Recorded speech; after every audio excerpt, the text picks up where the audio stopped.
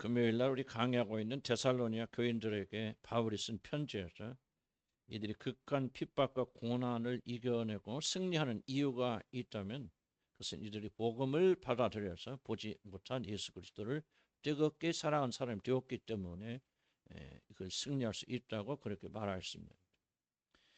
복음을 매우 중요하게 여기는 저로서는 제 자신을 특별히 되돌아보면서 왜 같은 복음을 믿는데 이렇게까지 차이가 날까 하는 그런 생각을 해보았습니다. 바로 그 이유는 데살로니가 교인들이 복음을 받을 때 그냥 말로만 받은 것이 아니라 성령의 능력이 임하였고 은사가 임하였고 마음에 일어난 큰 확신으로 이 복음의 말씀을 받아들였기 때문에 이 복음이 어떻게 또 그렇고 또 어떻게 이 복음이 살아있는가를 사도 바울과 그의 복음 전도자들의 삶으로 보여줬기 때문에 이들은 이 생명 있는 복음을 받고 핍박과 곤란에서도 넉넉히 이겨나가는 믿음의 사람이 되었습니다. 데살로니가 교인들이 이 놀란 믿음을 가지게 된 것은 바로 복음이 그들에게 말로만 이런 것이 아니었죠. 누구든지 그 파워를 인정할 수 있는 눈에 보이는 가시적인 능력과 힘과 방식으로 그들에게 전해졌기 때문이라고 오늘 우리 성경은 말하고 있습니다. 물론 성령 역사는 어떻게 일어나는지 전혀 볼 수 없는 사실은 비밀의 사건입니다. 하지만 성령 역사하시는 결과가 외적으로 드러나지 않는다 하는 것은 저는 아무리 봐도 잘못된 생각이라 그렇게 생각합니다. 하나님이 일하시는 성령님의 역사 자체는 감춰질 수 있습니다. 우리는 볼 수 없습니다. 그러나 그 역사를 체험하는 것은 당연한 것이고 성령의 역사하시는 결과가 가시적으로 그렇고 열매를 맺는 식으로 밖으로 드러나게 하는 것은 어쩌면 우리 믿는 자들의 중요한 의무가 아닌가 저는 그렇게 생각합니다.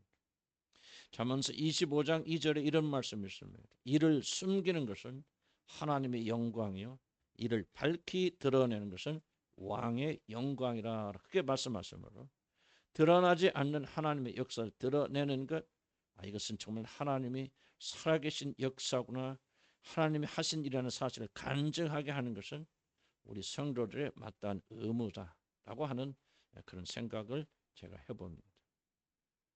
교회 안에서 예배드리고 찬양하고 우리가 기도를 하지만은 여러분 교회 문을 나서는 순간에 우리들의 삶 속에서 아무런 기적도 역사도 일어나지 않는다면 오직 교회 안에서만 일어나는 갇힌 복음을 우리가 믿어온 것은 아닌가. 그래서 데살로니가 교인들처럼 복음으로 인해서 많은 핍박이 일어나게 될 때 여기 서 있는 저부터 얼른 도망가지 않을까. 저는 사실 매우 그 사실이 두렵습니다. 나는 이제 우리 교회에 무엇인가 가시적인 열매가 맺고 그리고 하나님이 살아계신 간증거리가 많이 나오기를 난 주 여러분 간절히 축복합니다. 하나님을 부인할 수 없는 많은 간증들이 일어나서 바로 그것으로 인해서 우리 안에 그리스도의 영원한 복음, 기적 자체가 중요한 것이 아니라 그 기적을 통해서 하나님의 성령 역사를 통해서 우리 안에서 그리스도의 복음이 강력하게 뿌리 내리기를 나는 주의 이름으로 간절히 축복합니다. 그래서 오늘 저는 시편 37편을 통해서 어떻게 우리들의 삶에 하나님의 역사가 열매를 맺게 할 수 있을까? 어떻게 해야 나의 삶 속에서 하나님이 살아계시다 역사하신다는 그 증거, 간증들을 만들어낼 수 있을까를 좀 생각해 보자 합니다. 시편 37편에는 5가지 명령어가 등장합니다. 물론 시간상 4가지밖에 다루지 못합니다만 5가지 명령어가 시편 37편에 나와 있습니다. 이 명령은 특별히 1절과 7절 사이에 다 나와 있는데요. 나머지 9절은 이 명령이 반복될 뿐입니다. 그래서 저는 오늘 1절에서 7절 그리고 8절까지만 여러분하고 나누고자 합니다. 지금 여기서 등장하는 명령들이야말로 성령의 능력 안에서 우리들의 삶이 열매 맺게 하여 주는 놀라운 계시라고 저는 그렇게 생각합니다. 만약 여러분 이 가르침을 마음에 두고 이 가르침을 실천하고 이대로 산다면 우리는 지금까지 경험하지 못했던 놀란 축복 살아계신 하나님을 반드시 여러분이 만나게 되리라고 믿습니다. 첫째로 1절에서 사도 바울은 모든 시편 기자 특히 이 다윗은 모든 불평과 시기를 멈추라고 그렇게 말합니다. 1절 한번 볼까요? 같이 읽을까 시작. 악을 향하는 자들 때문에 불평하지 말며 불의를 향하는 자들을 시기하지 말라. 여러분의 간절한 소원을 하나님 응답하여 주시길 원하십니까? 여러분 기도 열심히 하고 계신데 그 기도를 하나님께서 반드시 들어주셔서 그 기도대로 기적이 일어나기를 원하십니까? 그렇다면 여러분 먼저 불평을 멈추십시오. 하나님에 대한 불평과 사람에 대한 모든 불평을 마음에서라도 먼저 멈춰야 됩니다. 저는 목회를 통하여 신앙의 전지를 이루지 못한 자들, 삶에서 성공하지 못하는 자들의 공통적인 특징 하나를 발견했습니다. 물론 그것이 저 안에도 있는 것입니다. 그래서 예의 없이 이런 자는 불만이 굉장히 많은 사람이라는 사실을 저는 발견했습니다. 감사가 없고 마음으로 불만을 가지고 불평을 하는 자들이 비록 입을 열지 않는지라 할지라도 마음속에서 불평과 불만을 많이 하는 사람들이 성공하는 것은 제 45년 목회 경험상 단 한 명도 저는 보지 못했습니다. 그런데 사랑하는 성도 여러분, 불평은 자기 자신이 가진 모든 능력을 묶어버립니다. 불평은 모든 기쁨과 감사를 빼앗아 버리고 불만만 남겨줍니다. 그렇기 때문에 여러분이 불평하기 시작하면 무엇인가 할 수 있는 선한 에너지들은 여러분 안에서 다 말라 비틀어져 버립니다. 그럼 한 달한테 받은 적이 왜 나에게는 한 달만 지나 그렇게 불평을 하니까 그는 장사를 시작조차 못하지 않았습니까? 그러나 성공적인 사람들은 이와는 반대입니다. 그래서 기뻐하고 감사하며 자기가 가진 것이 아무리 적다 할지라도 그것으로 인해서 감사를 드리고 기뻐하고 자기 자신의 실패한 원인을 결코 다른 사람에게 책임 전가하지 않습니다. 차라리 그런 시간과 에너지가 있으면 자신을 발전시키고 무엇이나 긍정적인 일을 하지 결코 자기 자신을 변명하거나 너 때문에 이것 때문에 저것 때문에 그리고 원망하고 불평하지 않습니다. 그래서 그들은 항상 무엇인가를 어려운 조건에서도 이루어냅니다. 그러나 불평하면은 모든 것이 묶여버립니다. 비록 그가 뛰어난 재주를 가지고 많은 자본을 가지고 있고 사람이 있다 할지라도 불평하기 시작하면 모든 것이 결박당합니다. 있는 능력도 사라집니다. 마음이 상하니 이럴 마음도 생기지 않습니다. 그래서 그는 늘 패배자가 되는 것입니다.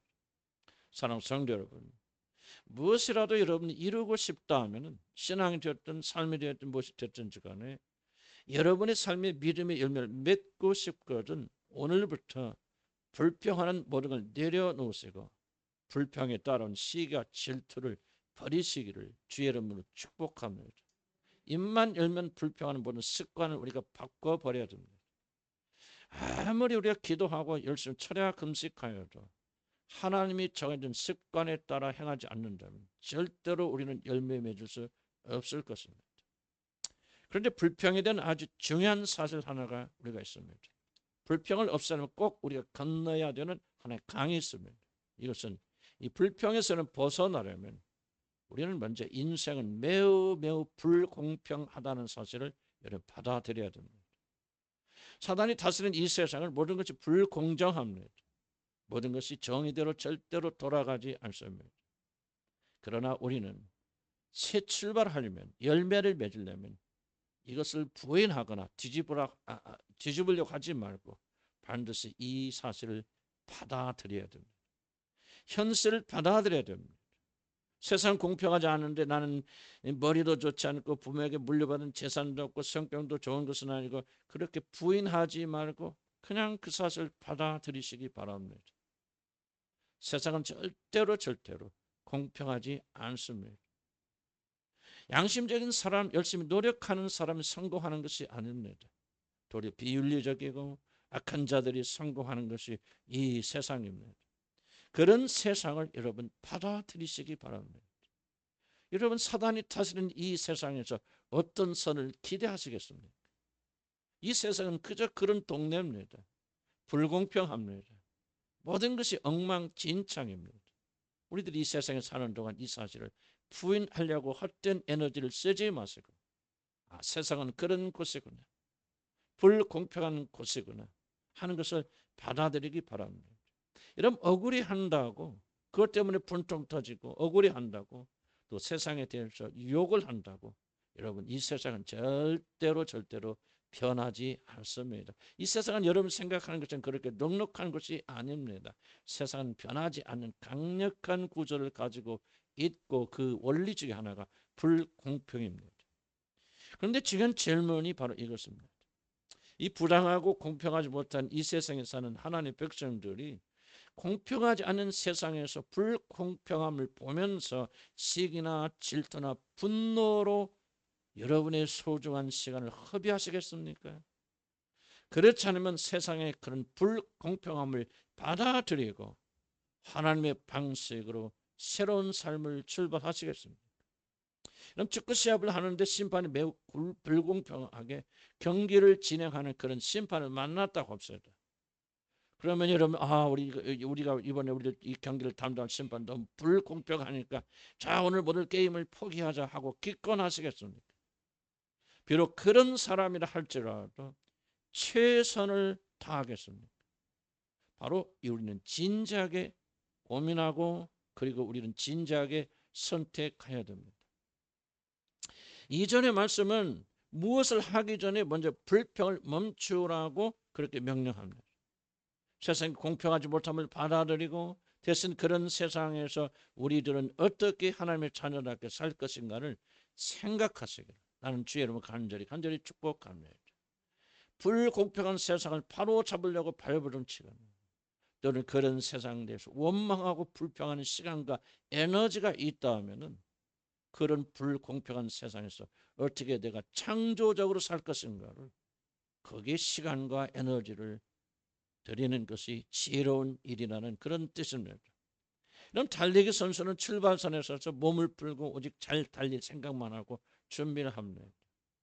뒤에 것을 다 버리고 오직 앞만 바라봅니다. 우리도 그래야 되지 않겠습니까? 현실을 받아들이십시오. 불평하지 말고 자신이 모자란 것이 있으면 모자라다는 사실, 못났으면 못났다는 사실, 공부 못했으면 못했다는 사실, 가진 돈이 없으면 없다는 사실을 부인하려고 발버둥 치지 마시고 있는 현실을 그대로 인정하시기 바랍니다. 사랑하는 성도 여러분, 우리에게는 그들이 가지고 있지 못한 것이 있지 않습니까? 비록 그들이 가지고 있는 돈과 명예와 권세와 출세와 성공이 없다 할지라도 우리들에게는 하늘의 아버지가 계시지 않습니까? 불평은 우리들에게 아버지가 없다 그 소리입니다. 불평하면 우리에게 아버지가 있긴 있어도 그 아버지는 아주 무능력하고 믿을 만한 분이 되지 못한다고 하는 하늘의 아버지에 대한 모독입니다. 불평을 멈추십시오. 여러분이 불평하는 한은 여러분 한 발자국도 앞으로 나가지 못할 것입니다. 열매 맺으려면 여러분 삶에 어떤 변화를 일으키기를 원하신다면 오늘부터 모든 불평을 멈추시기를 난 주의로 간절히 축복합니다. 두 번째로 성경이 말하는 것은 불평을 멈추고 선을 행하라고 하는 그런 명령입니다. 한번 3절 한번 읽어볼까요? 여호와를 시작.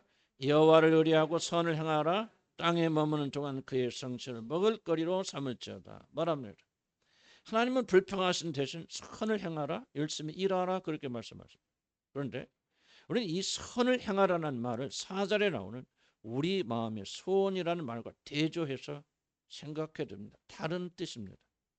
우리 마음의 소원은 그냥 우리가 원하는 소원 꼭 되었으면 좋겠다 간절히 바라는 것입니다. 꼭 영적인 것이 아니더라도 우리 건강이나 물질의 축복이나 가정의 행복이나 자녀의 성공이나 무엇이 됐든지 이루어지길 간절히 바라는 것을 가리켜서 마음의 소원이라 그렇게 말할 수 있을 것입니다. 그런데 이 모든 소원을 전혀 이루려 하지 말고 우리들에게 먼저 하나님은 선을 향하라고 명령합니다. 마음의 소원을 하라는 4절에 나오고요. 3절은 선을 향하라는 말이 먼저 나옵니다. 그럼 무슨 뜻입니까? 물론 우리들에게도 돈이 필요하고 사랑이 필요하고 관계 회복도 필요하고 적당한 성공도 우리에게 필요합니다.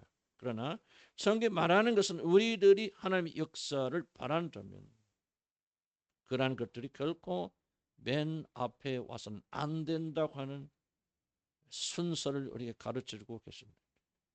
너희 마음에 깊이 있는 소원이 아무리 중요하게 보이고 다급하게 보여도, 먹고 마시는 일이 긴급하게 보여도 하나님의 자녀를 먼저 선을 향하라고 그렇게 명령하십니다. 그래서 선을 향하라는 명령이 두 번째로 나옵니다. 도대체 선을 향한다는 것이 무슨 뜻인지를 다윗의 예를 들어서 한번 설명해 보고자 합니다. 우리 같이 시편 35편 11절에서 14절 한번 찾으시기 바랍니다. 시편 35편 11절에 14절, 다윗은 자신의 원수들이 자신을 죽이려 할 때 어떻게 선을 향하였는가를 이것이 설명해 줍니다. 우리 한번 읽어볼까? 시작. 불의한 증인들이 일어나서 못한 일로 내게 질문하며 내게 선을 악으로 갚아 나 영혼을 의롭게 하나.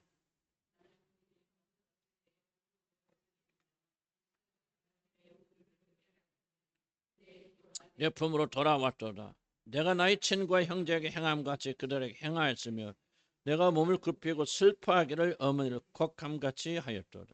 그럼 다시 고백하는 것은 원수들이 자기 자신을 죽이려고 그렇게 악한 일을 하였고, 그리고 그런 깊은 위기 속에 되게 처했지만, 그러나 그들을 제거하고 자기가 위기에서 벗어나기를 하는 마음의 소원이 이루어지기를 그가 바라는 것이 아니라, 그들이 병들었을 때 내가 굵은 베옷을 입고 같이 그들을 위해서 울어주었고, 그리고 그들을 위해서 금식하면서 원수들을 위해서 선을 행하였더니 내 기도가 내 품에 돌아왔다. 즉 하나님의 나의 기도를 응답하여 주셨다. 이렇게 말합니다. 이걸 잘 이해하셔야 됩니다. 다윗은 자신을 심하게 공격하는 원수들의 손에서 벗어나고자 하는 아주 강력한 필요와 소원이 있었습니다. 그러나 그런 원수들에게 복수하고 싶은 마음도 내려놓고, 그를 피하고 싶은 마음, 자유롭게 되는 마음도 내려놓고 그는 대신 선을 행하는 것을 선택합니다. 그래서 그들이 슬픈 일을 당할 때 같이 가서 울어주었고, 그리고 그들이 굶주릴 때 그들을 먹여주었습니다. 그는 하나님이나 그들에게 불평하지 않고 오직 지속적으로 선을 행하였습니다. 바로 이것을 보시고 하나님은 다윗을 원수들의 손에서 건지셔서 이스라엘의 왕으로 앉히신 것입니다. 그럼 이걸 잘 이해하셔야 됩니다. 우리는 어떤 일이 있을 때, 마음에 소원이 있을 때, 아주 긴급한 상황이 있을 때 우리는 뭡니까? 울고 매달리면서 하나님께서 이것을 해결해 주시도록, 이들의 손에서 벗어나도록 이 문제가 풀어지도록 그렇게 간구합니다. 근데 성경은 뭐예요? 그것 네 마음의 소원을 하나님께 아뢰기 전에 선을 행하라 그렇게 말합니다. 도대체 선이 무엇입니까? 다윗이 행한 것입니다. 원수들이 찌를 때 먹였습니다. 그들이 슬퍼할 때 가서 같이 울어주었습니다. 그들의 고통에 참여하였습니다. 그들을 축복하였습니다. 그들과 함께하는 길을 걸어갔습니다. 이렇게 하였을 때 하나님이 다윗을 축복하였다. 우리가 지금 알고 있는 기도의 응답, 하나님의 축복과는 판이하게 다른 접근입니다.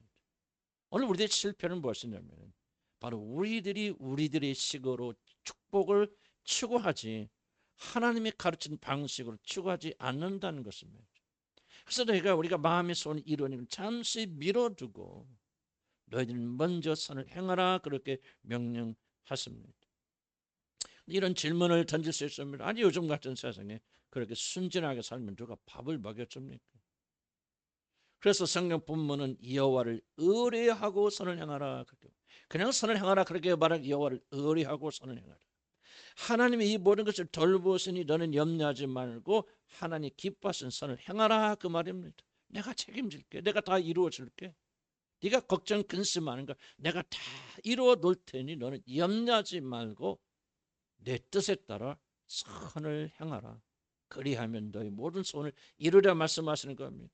로마서 12장 19절 이렇게 말합니다. 내가 사랑하는 자들아 너희가 친히 원수를 갚지 말고 하나님의 진노하심에 맡기라. 기록되었으니 원수 갚는 것이 내게 있으니 내가 갚으리라고 주님께서 말씀하십니다. 하나님부터 여러분 참된 응답을 여러분 받으려면, 마음의 소원을 이루려면 하나님을 신뢰하고 선을 먼저 행해야 됩니다. 하나님을 기쁘시게 하여 되는 일을 해야 됩니다. 인생은 불공평하다는 사실을 받아들이시고 원망 불평하는 것을 멈추시고 선한 일을 지속적으로 하면 다윗처럼 오히려 여러분 행하는 자를 위해서 기도하고 그들에게 선을 베푸는 일을 해야 됩니다. 이것이 바로 기도 응답의 비결입니다. 선을 행하지 않으면서 나에게 축복하여 달라고 나의 소원을 들어달라고 울고 불고 하여 소용없습니다. 저놈은 죽이시고 저놈은 멸하시고 주여 우리에게만 우리 아들만 축복 우리 딸만 축복해서 그런 기도는 하나님 귀를 막아버렸습니다. 하나님이 가르쳐 주신 대로 하지 않고 오직 제 고집을 하는 축복을 받으려 하는 것은 매우 매우 잘못된 것이고 이것은 정상적인 그리스도인이 해서는 안 되는 일입니다. 하나님은 이런 자들이 빌 때 자신의 귀를 막아버렸습니다. 쫓아냈습니다. 그들이 웅당이 빠졌을 때 하나님은 못 본 척하고 그냥 지나가시는 이유는 여러분 기도가 모자라서가 아니고 여러분 열성과 부르짖음이 모자라서가 아니라 우리들이 하나님의 뜻과 원리대로 행하지 않고 먼저 선을 행하지 아니하고 자기 소원만 하나님께 알려드리기 때문에 그렇습니다.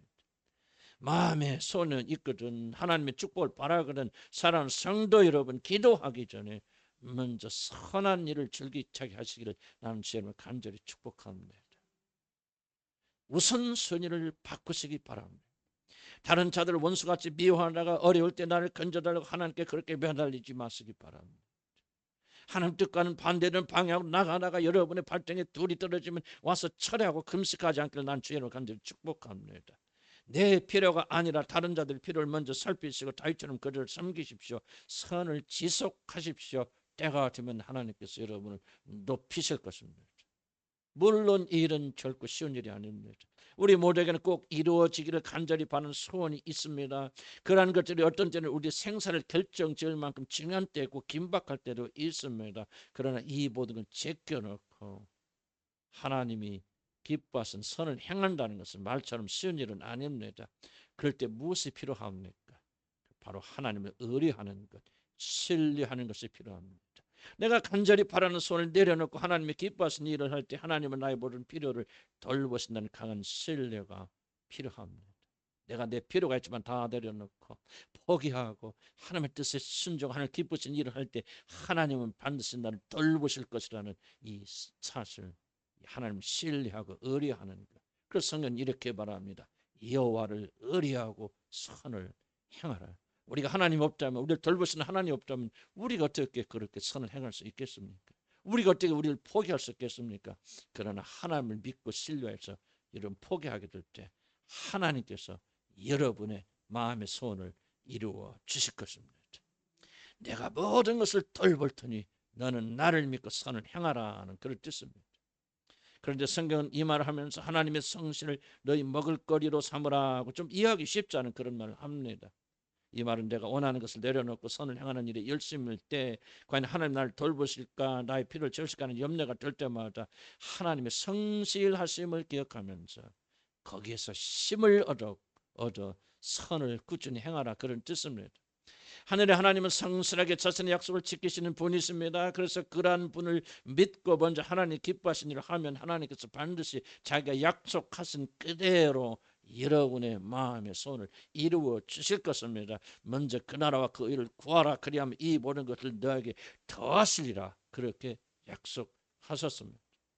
우리들은 내가 원하는 것을 막무가내로 하나님께 울고 불고 매달리면 하나님은 그 일을 이루신다 그렇게 생각합니다. 그래서 하나님 뜻과 하나님 계명대로 행하지 아니하고 그냥 하나님 앞에 나와서 철회하고 금식하고 땡깡 놓으면 하나님이 어쩔 수 없이 들어주신다 그렇게 생각합니다. 물론 그런 경우가 없잖아. 있습니다. 우리 소원과 하나님의 뜻이 일치하게 될 때 또는 우리들이 연약해서 우리들에게 격려가 필요할 때 어린 아이들이 있으니까 하나님께서 우리에게 위로하시기 위해서 그렇게 엉터리 같은 기도를 들어줄 때가 있습니다. 그러나 하나님이 인정하시는 성숙한 그리스도인들은 자신이 필요와 소원을 내려놓고 하나님이 기뻐하시는 선을 행합니다. 바로 그런 자들 위해 하나님은 성실하게 신실하게 자기 자신의 약속을 지켜주십니다. 나는 다시 한번 강조하고 싶습니다. 우리가 하나님께 구하는 방식이 매우 매우 잘못되었습니다. 하나님 기뻐하시는 일을 하지 않고 하라는 일을 하지 아니하고 우리의 열심과 철야와 금식과 우리 헌신과 헌금만 하나님께 드리면 하나님께서 우리의 기도를 들어줄 것이라고 하는 굉장히 잘못된 착각을 저와 여러분 지금 하고 있습니다. 여기서 벗어나야 됩니다. 성경을 괜히 읽는 것이 아닙니다. 성경을 통해서 우리가 어떻게 믿어야 되고 어떻게 구해야 되고 어떻게 하나님 찾아야 되는지를 정확한 방식을 우리가 알려주십니다. 왜냐하면 하나님은 결단코 우리 잘못된 방식을 하나님 구할 때 하나님은 결단코 여러분의 기도와 눈물에 귀와 눈을 주시지 않기 때문에 그렇습니다. 우리는 지난 금요일 말씀 강의 시간에 우리 배우 최소정 씨가 어떻게 15년 동안 그 불교 열심으로 불교 신자인 하이라 씨를 주님께 인도했는가를 제가 간단히 간증을 해드렸습니다. 15년을 결혼한 지 15년 동안 하이라 씨가 열심히 가서 우린 절을 다니게 될 때 이 최수정 배우 되신 분은 절에도 매일 데려다 주고 부채게 절은 안 하지만 다 거기서 같이 밥도 먹어주고 또 그렇게 하면서 15년을 그렇게 묵묵히 침묵간에 섬겼다고 그럽니다. 교회도 따라오지 않고 열심히 절만 다니는 아내가 얼마나 미웠겠습니까? 그러나 한 번도 불평하지 않고 성실히 그를 섬겼을 때 15년 뒤에 완고했던 하이라 자매 그리고 그분의 여동생이 같이 동시에 하나님께 돌아와서 지금은 얼마나 뜨겁게 주님을 사랑하는 자가 되었는지 정말 놀란 간증을 우린 금요일 날 우리가 나누었습니다. 근데 저는 그들의 간증을 통해서 한 영혼을 건지시기 위하여 15년 긴 세월 동안 그들에게 신실했던 하나님의 성실하심이 보였습니다. 최수정 하이라스 훌륭하신 분들이겠죠. 그러나 하나님이 15년 동안 인내하시면서 최수정 씨에게 역사하지 않았다면 그 아내에게 역사하지 않았다면 그래서 그 아내는 변화되어 새 사람이 될 일이 없었을 것입니다. 난 이보다 뒤에는 신실하신 하나님, 성실하신 하나님 15년 동안 그를 버리지 아니하시고 부채에 가서 절하고 다녔지만 그러나 그를 끝까지 참아내신 하나님의 신실하심과 성실하심이 그를 구원하여 냈다고 저는 그렇게 믿습니다. 바로 이런 하나님을 의리하고 선을 행하라 그 말입니다. 하나님 기어이 침묵하신 것들 기어이 이 오랜 세월 동안 침묵하신 것 같지만 그런 신실하게 일하셔서 반드시 그의 약속의 말씀 지켜주는 그런 하나님이시니 낙담하지 말고 참고 견디고 그리고 그 믿음으로 너희 먼저 그 나라와 그 일 구하라. 여기서 힘을 얻고 용기를 얻어서 낙담하지 말고 참고 견디고 선을 향하면 반드시 너는 열매를 얻을 것이고 너희 기도는 하늘에 상달될 것이라고 그렇게 말합니다. 사랑하는 성도 여러분, 여러분의 남편 때문에 힘들습니까? 믿음이 없고 좀 폭력적이고 이런 괴롭히는 남편 때문에 힘들습니까? 모든 불평을 내려놓고 하나님을 의지함으로 남편에게 선을 행하시기를 나는 주의 이름으로 간절히 축복합니다. 여러분 경제적으로 어려우십니까? 나보다 더 가난한 자들 찾아 돌보시기를 나는 주의 이름으로 간절히 축복합니다. 낙담하지 마십시오. 불평하지 마십시오. 대신 여러분보다 더 가난한 자들 긍휼히 여기시고 그들에게 선을 베푸시고 그들을 위해서 기도하시기 바랍니다. 몸이 약한 분들 계십니까? 병들어 고생하신 자들을 찾아 위로하시고 그들을 위해서 기도하시기를 나는 주의 이름으로 간절히 축복합니다. 여호와를 의지하고 그분의 성실함이 힘을 얻어 하나님이 기뻐하신 일을 멈추지 마시기 바랍니다. 반드시 신실하신 하나님의 인내로 양식을 삼고 선한 일을 멈추지 마십시오. 우리는 밥심으로 사는 것이 아니라 하나님의 힘으로 삽니다. 지치고 힘들 때마다 우리를 향해서 한없이 인내하신 그분의 힘을 다시 힘입어서 여러분 주위에 있는 분들에게 인내하시기를 주의 이름으로 축복합니다. 시편 126편 6절은 이렇게 약속합니다. 울며 씨를 뿌리러 나가는 자는 하나님의 신실하심과 성실을 믿고 그리고 그렇게 참고 견디고 인내하고 견디는 자들은 반드시 기쁨으로 그 곡식단을 가지고 돌아오리로다. 최수정의 영화배우의 스토리가 15년 동안 참고 견디는 그의 인내하심이 바로 이 성경 말씀을 정확하게 우리에게 증거하고 있다고 저는 그렇게 생각합니다. 이제 4절은 또 여호와를 기뻐하라. 마지막으로 그가 내 마음의 소원을 내게 이루어 주시리라.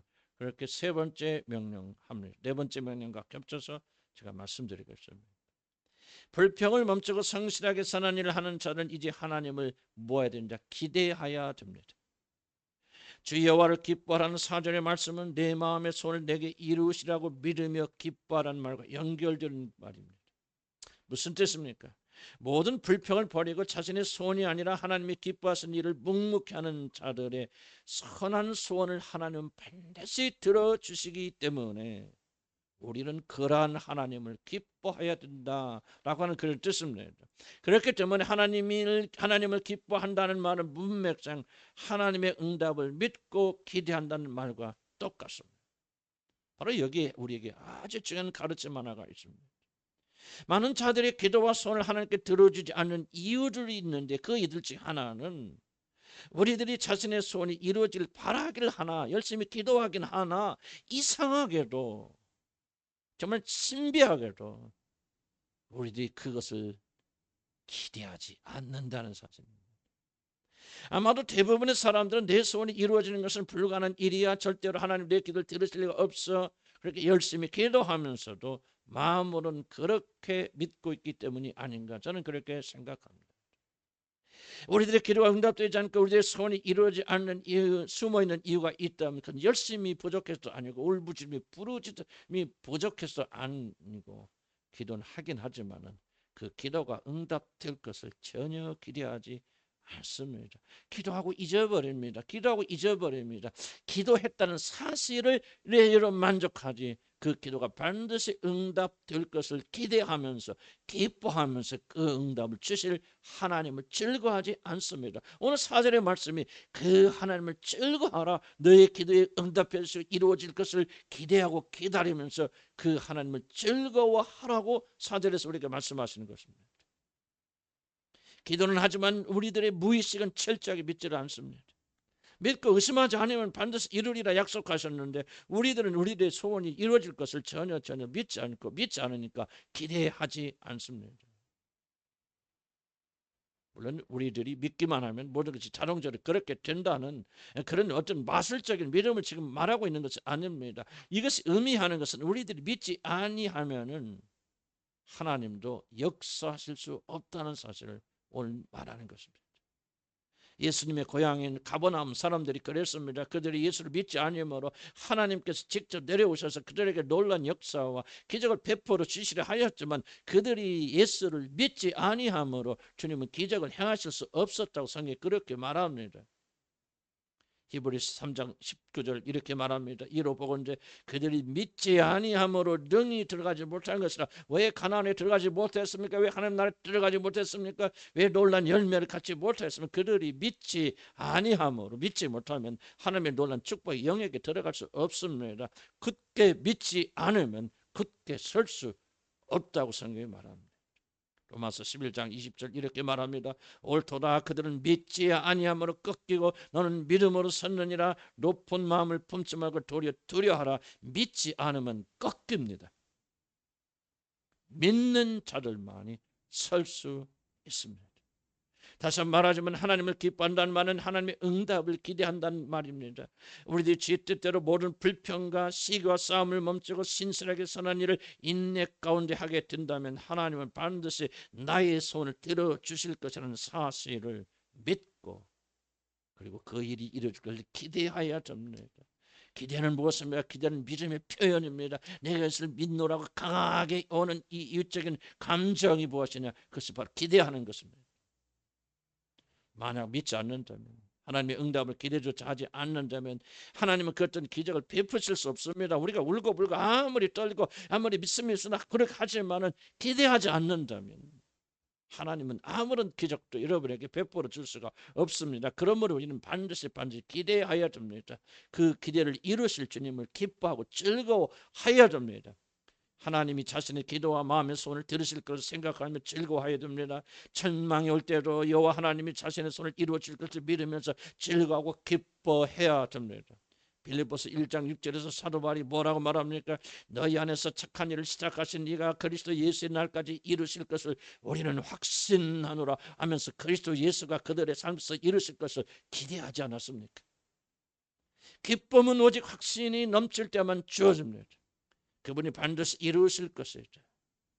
신실하시고 성실하신 그분께서 우리가 그분의 뜻대로 절망하지 아니하고, 그리고 성실히 하나님의 뜻에 따라서 그분의 일을 실천하고 순종하며 나가면 반드시 우리 마음의 소원을 들어서 기도를 응답해 주실 것이라는 확신이 넘길 때 기대하게 되면 우리는 기쁨이 넘칩니다. 기쁨이 넘치려면 우리는 믿어야 됩니다. 왜 우리에게 기쁨이 없습니까? 왜 우리에게 즐거움이 없습니까? 원인은 딱 하나입니다. 믿지 않기 때문에 기쁨이 우리에게 오지 않는 것입니다. 기대해야 됩니다.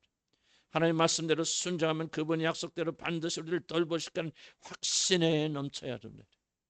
그분이 말씀하신 대로 모든 시가 질투를 회개하고 불평을 멈출 뿐만 아니라 선한 일을 지속적으로 하면서 하나님을 기대하시기를 나는 주의 이름으로 간절히 축복합니다.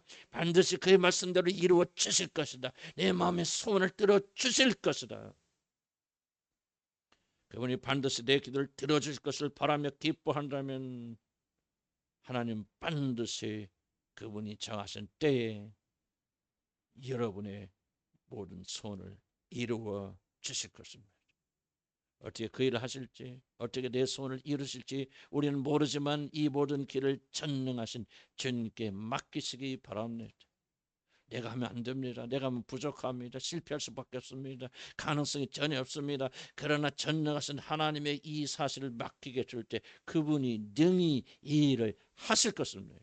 하나님이 역사하지 못하는 이유는 단 하나입니다. 맡기지 않기 때문에, 그분을 의뢰하지 않기 때문에, 신뢰하지 않기 때문에 내가 가진 재능과 내가 가진 재주와 내가 가진 자원을 가지고 이 모든 문제를 풀어 나가지 전능하신 하나님께 우리의 문제를 내어드린 적이 없기 때문에 하나님께서는 우리를 위해서 역사하실 수가 없는 것입니다. 우리들이 힘으로 도무지 할 수 없는 그 일을 여호와 하나님께 맡기시기 바랍니다. 당신만이 하실 수 있습니다. 당신이 하실 수 있습니다. 나는 내 문제 모든 걸 주님께 올려드립니다.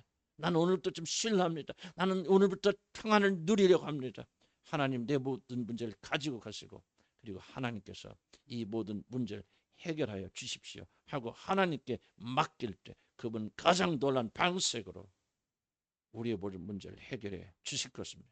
저는 제 역사와 제 경험을 통해서 하나님 문제를 해결해 주실 때가 언젠가 내 자신이 아무것도 할 수 없다 포기했을 때, 나는 이것도 안 되고 저것도 안 됩니다. 하나님 알아서 하세요 하고 모든 문제를 하나님께 내어 맡길 때 가장 놀란 방식으로 하나님은 내 문제를 해결해 주셨던 적이 한두 번이 아닙니다. 사랑하는 성도 여러분, 여호와 하나님께 여러분께 문제를 맡기시기 바랍니다. 재능도 없고 사실 재주도 없고 능력도 없는 우리들이 그 모든 문제를 해결하려고 낑낑대지 마시고 주님을 신뢰해서 그분에게 내어 맡기면 하나님께서 반드시 그분의 때 이것을 이루어 주실 것입니다. 보리떡 5개가 주님의 손에 들리는 순간 5,000명은 배불리 먹이고 그 남은 것을 12광절이나 넘게 모으지 않았습니까? 보리떡이 몇 개나 하는 것이 문제가 아닙니다. 그분에게 넘겨드리느냐 드리지 못하느냐, 전능하신 주님께 이름으로 모든 문제를 내어 맡기느냐 맡기지 못하느냐에 달려 있습니다. 우리들이 아무리 불공평한 세상에 살아도 가지고 태어난 것이 없고 지금 소유하는 것이 적어도 하나님을 기대하면서 선을 행하면 그는 반드시 우리 마음의 소원을 이루실 것입니다. 나는 여러분의 운명이 오늘 이 말씀을 듣고 어떤 것을 선택하느냐에 따라서 10년, 20년 뒤 여러분의 운명은 하늘과 땅으로 달라질 수 있다고 나는 그렇게 생각합니다. 오늘 이 말씀을 믿음으로 받아들이고 모든 불평을 멈추시고 불만을 멈추시고 마음속에 숨어있는 불평과 불만이라도 다 제거해 버리시고 하나님을 의지하고 그분을 힘을 의지해서 오늘도 묵묵히 선을 행하신다면 우리 하나님께서는 반드시 여러분의 마음의 선을 반드시 이루어 주시리라 저는 그렇게 확신합니다. 불평과 시기 멈추시기 바랍니다. 여호와의 신실하심을 믿으시고 선을 행하시기 바랍니다. 악한 자들에게 선으로 갚아주시기 바랍니다. 그들이 굶주릴 때 먹이시기 바랍니다. 여러분을 핍박하는 자를 위해서 눈물 흘리고 울어주시기 바랍니다. 그들을 사랑하기 위해서 발버둥 치시기를 바랍니다. 그리고 그가 나를 일으켜 세우셨죠. 나를 반드시 회복시켜 주실 것을 기대하시기를 나는 주의로 간절히 바랍니다. 그리고 모든 것을 전능하신 하나님께 맡기십시오. 그분이 너무너무 잘해 주실 것입니다. 그분이 여러분 이끌어 주실 것입니다.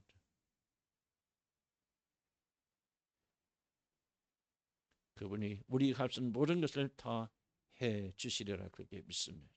저는 오늘 네 가지의 이 명령을 이렇게 말씀드렸습니다. 이건 감정의 문제가 아니고 여러분이 믿음으로 받아들여서 여러분이 실천하는 실천의 문제입니다. 오늘부터 불평을 멈추시기를 나는 주의 이름으로 간절히 축복합니다. 어떤 마음의 불만과 불평도 하지 않기를 나의 주의 이름으로 축복합니다. 세상의 불공평하다는 걸 받아들이시기 바랍니다. 나는 왜 이런가 모자라는가 인정하시기 바랍니다. 중요한 것은 어떻게 어디서 출발하느냐 그런 것이지 여러분이 무엇을 가지고 있느냐의 문제가 아닙니다. 불공평한 세상을 공평하게 만들기 위해서 시간과 에너지를 낭비하지 마시기 바랍니다. 한 달란트 받은 친구는 그것을 가지고 지속적으로 불평과 불만했기 때문에 나가서 장사할 수 있는 모든 기회를 잃어버렸습니다. 그래 나는 한 달란트밖에 받지 못했어. 불공평하구나. 누구는 5개 주고 나는 하나 줬구나. 정말 불공평해. 그러나 나는 여기서 머무를 수 없어.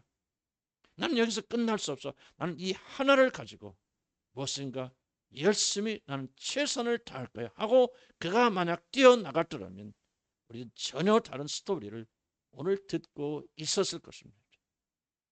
인생이 불공평하다는 사실을 인식하시고 인정하시고 그리고 거기서 머무르지 마시고 거기서 출발하시기 바랍니다.